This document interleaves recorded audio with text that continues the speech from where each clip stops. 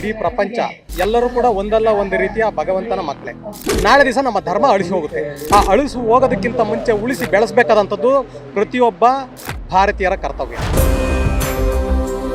ಆ ಬುರುಡೆಗಳು ಏನೂ ಇಲ್ಲ, ಬರೀ ಚಿಪ್ಪು ಅನ್ನೋದು ಗೊತ್ತಾಗ್ತಾ ಇದೆ. ಈಶಾ ಫೌಂಡೇಶನ್ ಮೇಲೆ ಟಾರ್ಗೆಟ್ ಮಾಡಿದ್ದು ಸಂಸ್ಕೃತಿ ನಾಶ ಮಾಡಿದ್ರೆ ಈ ದೇಶ ಹಾಳಾಗುತ್ತೆ. ನಾನು ನಾಮದ ಮಕ್ಕಳು, ನಾನು ತಿಮ್ಮಪ್ಪನ ಮಕ್ಕಳು, ನಾನು ವೆಂಕಟೇಶ್ವರನ ಮಕ್ಕಳು, ನಂಜುಂಡ ಸ್ವಾಮಿ ಮಕ್ಕಳು, ಈ ಒಕ್ಕಲುತನಗಳನ್ನ ಮೊದಲು ಬಿಡಿ. ನಾವೆಲ್ಲ ಹಿಂದೂ, ನಾವೆಲ್ಲ ಒಂದು ಟಾರ್ಗೆಟ್ ನಾವು ಇಟ್ಕೋಬೇಕು ಹಿಂದೂಗಳಾದಂಥ. ಸರ್ ನಮಸ್ಕಾರ, ನಿಮ್ಮ ಹೆಸರು? ಸರ್ ನಮ್ಮ ಹೆಸರು ದಿನೇಶ್ ಅಂತ ಹೇಳ್ಬಿಟ್ಟು ಕಡೂರಿಂದ ಬಂದಿದ್ದೀವಿ. ನಾವು ಧರ್ಮಸ್ಥಳದ ಶ್ರೀ ಗುರುವಿನ ಅನುಯಾಯಿ, ಅಂದರೆ ಮಂಜುನಾಥ ಸ್ವಾಮಿಯ ಪರಮ ಭಕ್ತರು.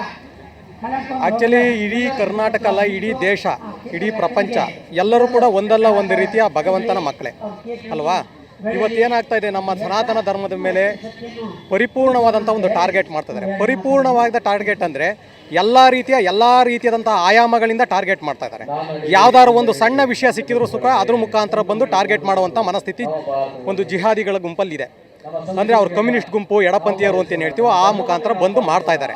ಇವತ್ತು ನೋಡ್ತಾ ಇರ್ಬೋದು, ನಾನು ಧರ್ಮ ಸೈನಿಕ ಇಂದ ಒಂದು ಟ್ಯಾಗ್ ಹಾಕ್ಕೊಂಡು ಇವತ್ತು ಒಂದು ಧರ್ಮ ಸಂರಕ್ಷಣಾ ಸಮಿತಿ, ಒಂದು ಧರ್ಮ ಸಂರಕ್ಷಣಾ ಸಮಾವೇಶವನ್ನು ಇವತ್ತು ಪ್ರತಿಯೊಂದು ರೀತಿಯಲ್ಲೂ ಮಾಡ್ತಾ ಇದ್ದಾರೆ. ಯಾಕೆ? ಪ್ರತಿಯೊಬ್ಬರು ಹಿಂದೂಗಳು ಜಾಗೃತರಾಗಬೇಕು ಅಂತ. ಯಾಕೆ ಹಿಂದೂಗಳು ಜಾಗೃತರಾಗಬೇಕು ಅಂದರೆ, ಈ ರೀತಿಯಾದಂಥ ಎಡಪಂಥೀಯರು ದಿನೇ ಅಟ್ಯಾಕ್ ಮಾಡ್ತಾ ಇದ್ದು ನಾಳೆ ದಿವಸ ನಮ್ಮ ಧರ್ಮ ಅಳಿಸಿ ಹೋಗುತ್ತೆ.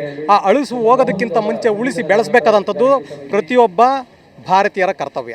ಅದನ್ನು ಮೈಗೂಡಿಸ್ಕೊಳ್ಳಿ ಅನ್ನೋ ಒಂದು ಕಾರಣಕ್ಕೋಸ್ಕರ ಈ ಕೆಲಸಗಳು ನಡೀತಾ ಇದ್ದಾವೆ. ಇದು ಟಾರ್ಗೆಟ್ ನೋಡಿದಿರ್ಬೋದು, ಇವತ್ತು ಧರ್ಮಸ್ಥಳದ ಮೇಲೆ ಆಗಿರುವಂತಹ ಕೆಳಮಟ್ಟದಿಂದ ಟಾರ್ಗೆಟ್ ಮಾಡ್ತಾ ಇದ್ದಾರೆ. ಕೆಳಮಟ್ಟದಿಂದ ಅಂದರೆ ನೋಡಿ, ಧರ್ಮಸ್ಥಳ ಏನು ಕೊಡ್ತು ನಮಗೆ, ಈ ಸಮಾಜಕ್ಕೆ ಏನು ಬೇಕೋ, ಯಾವುದೇ ರೀತಿಯಾದಂಥ ಯಾವುದೇ ರೀತಿಯ ಸರ್ಕಾರಗಳು ಮಾಡದೇ ಇರುವಂಥ ಕೆಲಸಗಳನ್ನು ಧರ್ಮಸ್ಥಳ ಮಾಡ್ತಾ ಇದೆ.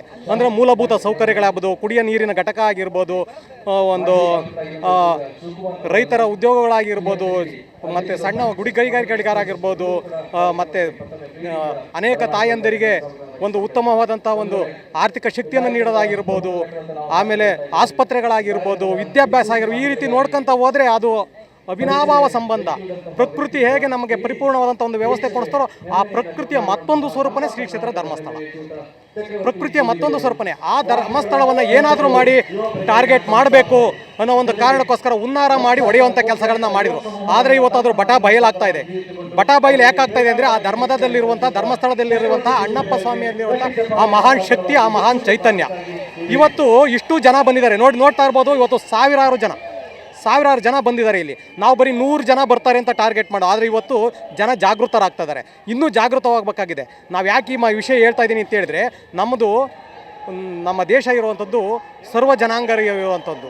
ಅದರಲ್ಲೂ ಕೂಡ ಹಿಂದೂಗಳು 80% ಇದ್ದಾರೆ, ಇನ್ನು 20 ಎಡಪಂಥೀಯರಿದ್ದಾರೆ. ಅಂದರೆ ಮುಸ್ಲಿಮ್ಸ್ ಇರ್ಬೋದು, ಕ್ರಿಶ್ಚಿಯನ್ಸ್ ಇರ್ಬೋದು ಇದ್ದಾರೆ. ಅದರಲ್ಲಿ ಇದನ್ನೇ ಟಾರ್ಗೆಟ್ ಮಾಡಿ ಹೊಡೆದುಬಿಟ್ಟು ನಮ್ಮ ಧರ್ಮವನ್ನು ವಿಭಜನೆ ಮಾಡುವಂಥ ಕೆಲಸಗಳನ್ನ ಮಾಡ್ತಾ ಇದ್ದಾರೆ.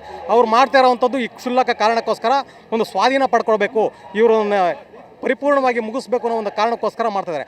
ಆದರೆ ಇದು ಆಗಲ್ಲ. ಯಾಕಪ್ಪ ಅಂದರೆ ನಾವು ಇವತ್ತು ಹಿಂದೂಗಳು ಜಾಗೃತರಾಗಿದ್ದೀವಿ. ಇವತ್ತು ನಿಮಗೊಂದು ಸಣ್ಣ ಕತೆ ಹೇಳೋಕ್ಕೆ ಇಷ್ಟಪಡ್ತೀನಿ. ಇವತ್ತು ನಾನು ಒಬ್ಬ ಧರ್ಮ ಸೈನಿಕನಾಗಿ ಅರ್ಥ ಮಾಡ್ಕೋಬೇಕು ನಮ್ಮ ಭಾರತೀಯರು.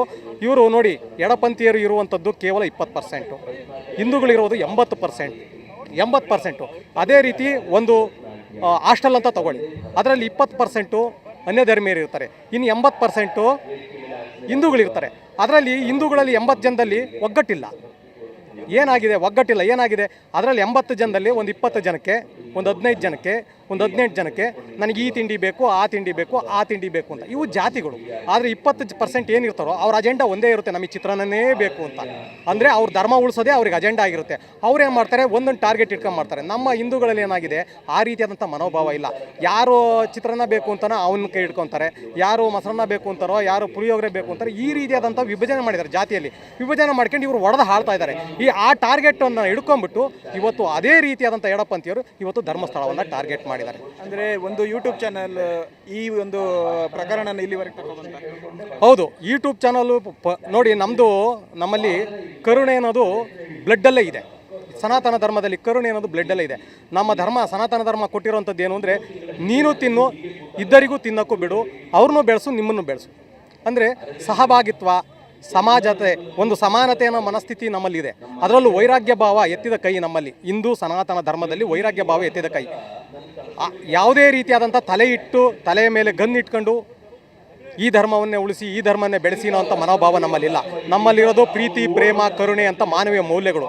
ಆ ಮೌಲ್ಯಗಳನ್ನು ಇವರು ಎನ್ಕ್ಯಾಸ್ಟ್ ಮಾಡ್ಕೊಂಡು, ಒಂದು ಹುಡುಗಿಯ ಮೂಲಕ ಒಂದು ಎನ್ಕ್ಯಾಸ್ಟ್ ಮಾಡ್ಕೊಂಡು ಅದರ ಮೂಲಕ ಟಾರ್ಗೆಟ್ ಮಾಡ್ಕೊಂಡು ಇವತ್ತು ಬುರುಡೆ ತಗೊಂಬಂದ್ಬಿಟ್ಟು ಅದ್ರ ಮೂಲಕ ಟಾರ್ಗೆಟ್ ಮಾಡ್ಕೊಂಡು ಬಂದರು. ಆದರೆ ಇವತ್ತು ಏನಾಗಿದೆ, ಆ ಬುರುಡೆಗಳು ಏನೂ ಇಲ್ಲ, ಬರೀ ಚಿಪ್ಪು ಅನ್ನೋದು ಗೊತ್ತಾಗ್ತಾ ಇದೆ. ಅದಕ್ಕೋಸ್ಕರ ಎಷ್ಟೋ ಜನ ಅದರ ಪರವಾಗಿ ನಿಂತ್ಕೊಂಡು ಅದನ್ನು ಪರಿಪೂರ್ಣವಾದಂಥ ಆಯಾಮದ ರೀತಿಯಲ್ಲಿ ಅದು ಪರಿಪೂರ್ಣವಾದಂಥ ಒಂದು ಇಂಚಿಂಚನ್ನು ಕೂಡ ಶೋಧನ ಮಾಡಿ ಇವರು ಯಾವುದಕ್ಕೋಸ್ಕರ ಟಾರ್ಗೆಟ್ ಮಾಡಿದ್ದಾರೆ ಅನ್ನೋದು ಗೊತ್ತಾಯಿತು. ಈಶಾ ಫೌಂಡೇಶನ್ ಮೇಲೆ ಟಾರ್ಗೆಟ್ ಮಾಡಿದ್ರು. ಈಗ ಹೇಳ್ತಾ ಇದ್ರು ಈಶಾ ಫೌಂಡೇಶನ್ ಮೇಲೆ ಟಾರ್ಗೆಟ್ ಮಾಡಿದರು. ಆಮೇಲೆ ಶನೇಶ್ವರ ಸ್ವಾಮಿ ಕ್ಷೇತ್ರದ ಮೇಲೆ ಟಾರ್ಗೆಟ್ ಮಾಡಿದರು. ಅದೇ ರೀತಿ ಧರ್ಮಸ್ಥಳದ ಮೇಲೆ ಟಾರ್ಗೆಟ್ ಮಾಡಿದ್ರು. ಇದು ನಿರಂತರವಾಗಿ ನಡೀತಾ ಇದೆ. ನಮ್ಮ ಪೂರ್ವಜರ ಕಾಲದಿಂದಲೂ ಇದು ನಡ್ಕೊಂಬಂದಿದೆ. ಅಂದರೆ ಬ್ರಿಟಿಷರು ಬಂದರು, ಅವ್ರು ಯಾಕೆ ಹೊಡೆದ್ರು, ಮಹಾರಾಣಿ ಕೇಳ್ತಾಳೆ ಈ ದೇಶ ಹಾಳು ಮಾಡೋದು ಹೆಂಗೆ ಅಂತ. ಮೆಕಾಲೆ ಭಾಳ ಸ್ಪಷ್ಟವಾಗಿ ಹೇಳ್ತಾನೆ, ಸಂಸ್ಕೃತಿ ನಾಶ ಮಾಡಿದ್ರೆ ಈ ದೇಶ ಹಾಳಾಗುತ್ತೆ. ಸಂಸ್ಕೃತಿ ಹೆಂಗೆ ನಾಶ ಮಾಡೋದು? ಜನರ ಮನಸ್ಥಿತಿಯನ್ನು ಯಾವ ರೀತಿ ಇದೆಯೋ ಅದರ ಮುಖಾಂತರ ನಾಶ ಮಾಡಬೇಕು. ಆ ಮುಖಾಂತರ ನಾಶ ಮಾಡಕ್ಕೆ ಬಂದರು.